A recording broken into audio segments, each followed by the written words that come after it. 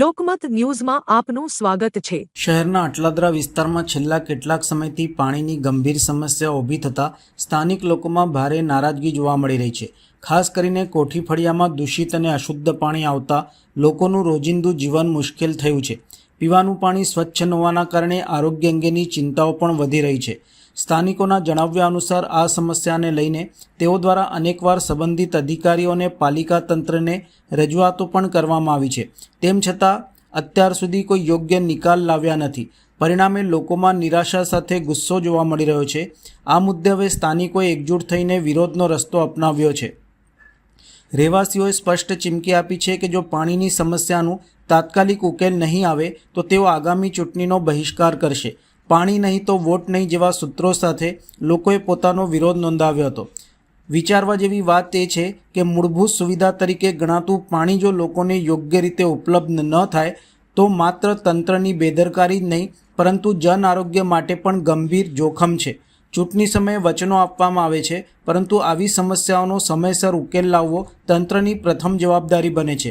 હવે જોવાનું એ રહ્યું કે તંત્ર આ ગંભીર સમસ્યાને કેટલા ઝડપથી ઉકેલે છે અને લોકોના વિશ્વાસને ફરીથી જીતવામાં સફળ થાય છે કે કેમ।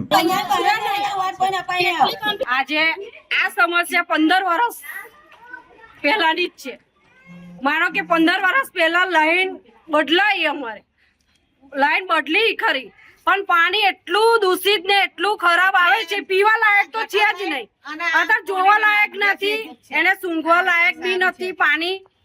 તો પછી છોકરાઓને બીમારી અત્યારે તમે એવું કહો છો કોરોના નીકળે છે, કોરોના આ કોર્પોરેશનમાં જ કોરોના છે, બીજો કઈ કોરોના નથી। કોઈ રોગચાળો નથી આવતો, કશું જ કશી વાતે આવતું નથી, પણ પાણી પીવાથી બધું જ થાય। જીવન જરૂરિયાત વસ્તુ શું છે? પાણી છે। નહાવા ધોવાથી મોડીને બધું જ પાણીથી થાય છે, તો પછી શું કરવાનું? રાંધવાનું તોય પાણીથી, આ જ પાણીથી કરવાનું છે। બોલો, બીમાર તો જો શરદી ખાંસી ઉધરસ તો કોઈને મળતી જ નથી, બરાબર છે।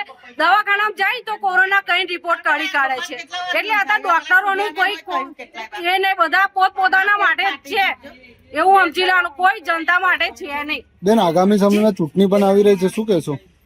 આગામી સમય જો ચૂંટણી આવી હશે, અમારી લાઈન બદલાશે, નવી લાઈન પેલું કામ થશે તો અમે વોટ આલવા બહાર નીકળીશું, બાકી આ ફરિયાની અંદર અમે વોટ આલવા કોઈને બહાર નીકળીએ નહીં। અને એવું સમજી લેવાનું કે અમે વેરાઈ બી ભરવા તૈયાર નથી। ઘર જેને ઉચકી લઈ જવું હોય લઈ જાય, લાઈનો ખોદી લઈ જાય તો કોર્પોરેશન લઈ જાય, લાઈટ બંધ કરી દે, જે કરવું હોય કરે, પણ અમે વેરા બી ભરવાના નથી।